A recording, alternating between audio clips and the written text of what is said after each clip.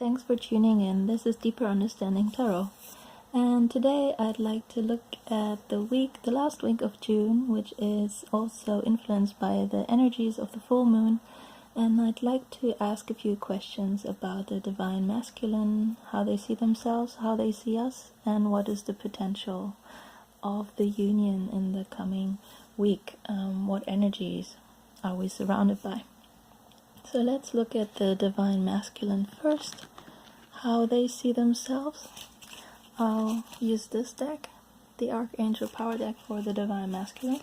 Let me shuffle a bit. Oops, there's something coming. Oh, but well, I think like 10 cards flew out, so that's a bit much. I'll shuffle one more time. But this one wanted to fly out. This one. So this is how they see themselves.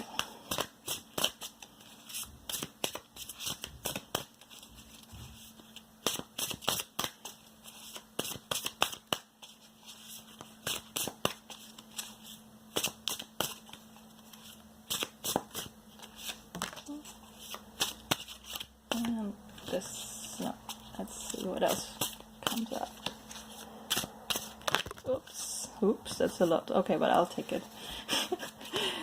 So we have the Ace of Ariel, wow, the 9 of Ariel, the Emperor, the 8 of Raphael, and New Beginnings. So that is quite intense energy for the divine masculine, especially if we look at the Ace of Ariel. It says it's your lucky day, new resources of money, time, or support, a change in job or a promotion.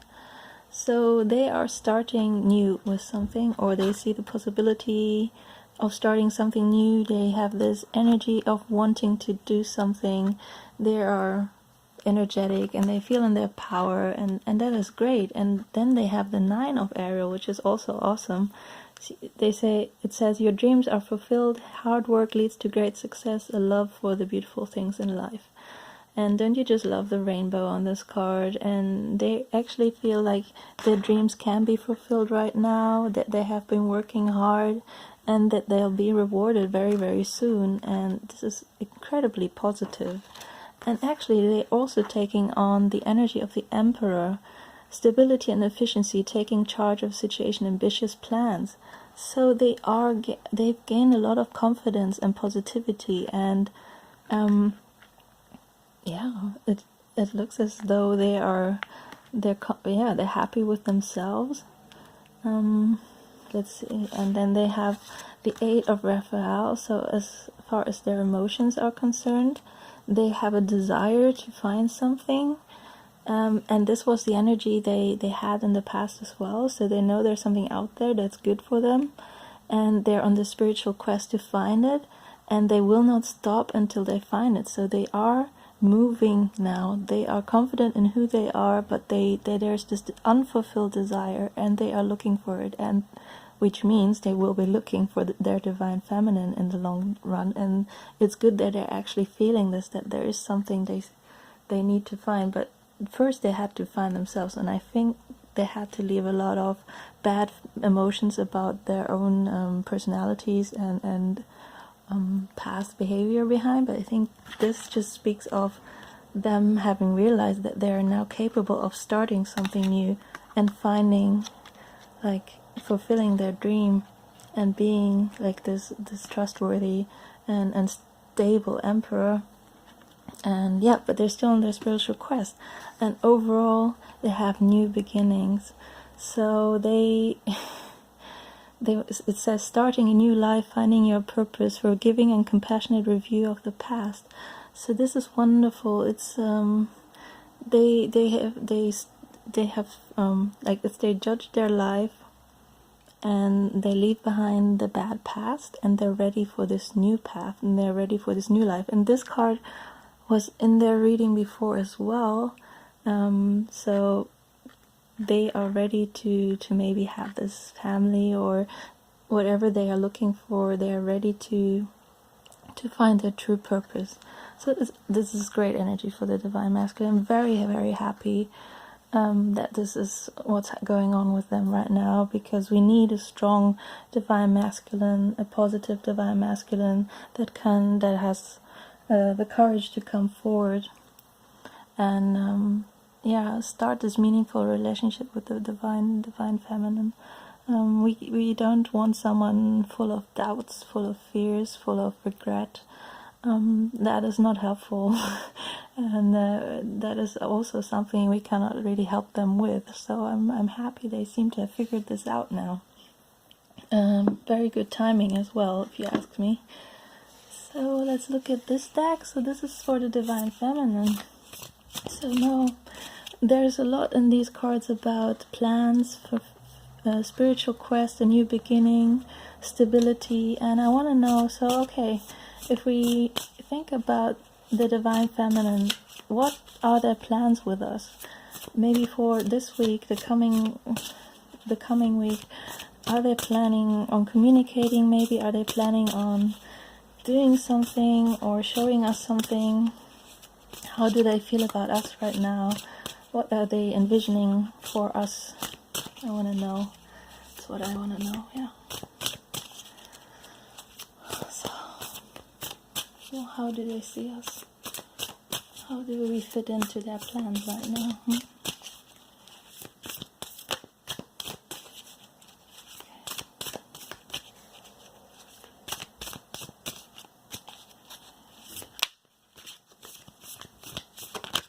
This one? Oh, interesting. One flew out already. Would I want some more info?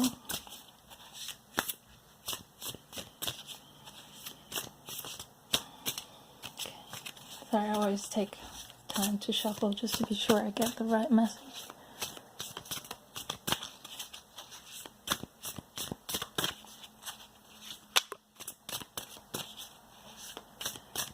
I'm taking their time. The cards are taking their time, but that is fine. Give us a message on how they feel about us. Oh, okay, there we go. I also want to look at the bottom here. So it's the King of Autumn. So it says compassionate, accomplished, charismatic, gifted. Be assertive when it comes to what you know is right. Everything going your way. A good person or company to work for.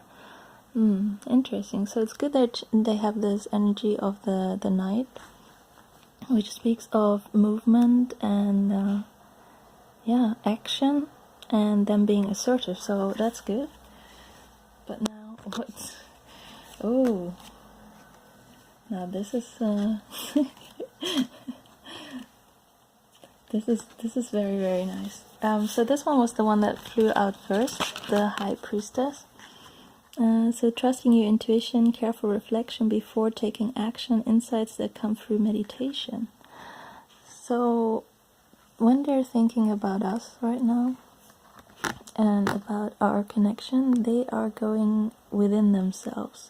So this might mean that they are actually not communicating their true inner thoughts to us yet. That is not what they're doing, but they are deep inside looking for the truth, and they're trusting their feelings. So they're not ruled by their head anymore. They're actually, so they are getting more spiritual, and that is very good. And then we have the Prince of Autumn. So it says cautious but wise action, meticulous attention to detail, kindness to others. So another prince, and this prince is a very slow prince, a very cautious approach, but it is someone that takes action and that is wants to create something or reach something. So this speaks of a cautious approach when it comes to us, and we should know that they must know that our connection is kind of very fragile, and they don't want to mess it up. So they're having this cautious approach. And then here we have the Ten of Winter. So the resolution of difficulties, a weight lifted off your shoulders, the end of an addiction or codependency. So this is very helpful. If we think about maybe if the past was a big burden to them. The feelings towards us might have felt like a big burden that they couldn't deal with, and they're finally letting go of all these difficulties. So they no longer feel codependent. They're independent and strong, and they don't carry all this weight on their shoulders anymore, and like the negative feelings are leaving them slowly but surely. So of course they still know that things haven't gone right, but it's like this this heaviness has been lifted, and they're looking onto, I mean, this is a wonderful card, because look at the little fairy in the winter, and then she looks across and all she sees is greenery and the snow having melted already, and she's like now finally walking down into the warmth, and she's leaving all the winter and the mountains behind, and there's this sunlight awaiting. So that's a very, very nice energy. I like this a lot. So and the last thing I want to do is pick some oracle cards about our union in a way. What energies will influence possible unions or any kind of contact we have, like the divine masculine, divine feminine. What energies are surrounding us right now?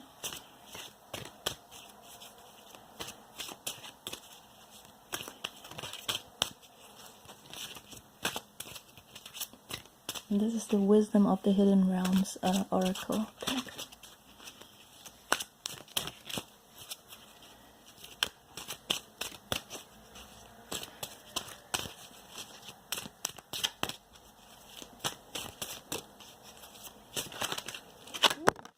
There we go.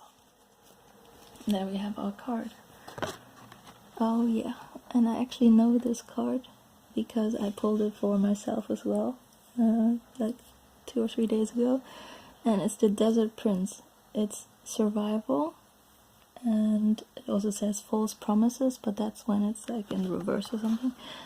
Survival, and it speaks of, I actually have to read it, it's a really beautiful message. Where's the book? Oops, I lost the book. Weird. Oh, there it is. Okay, sorry. So it's number 19.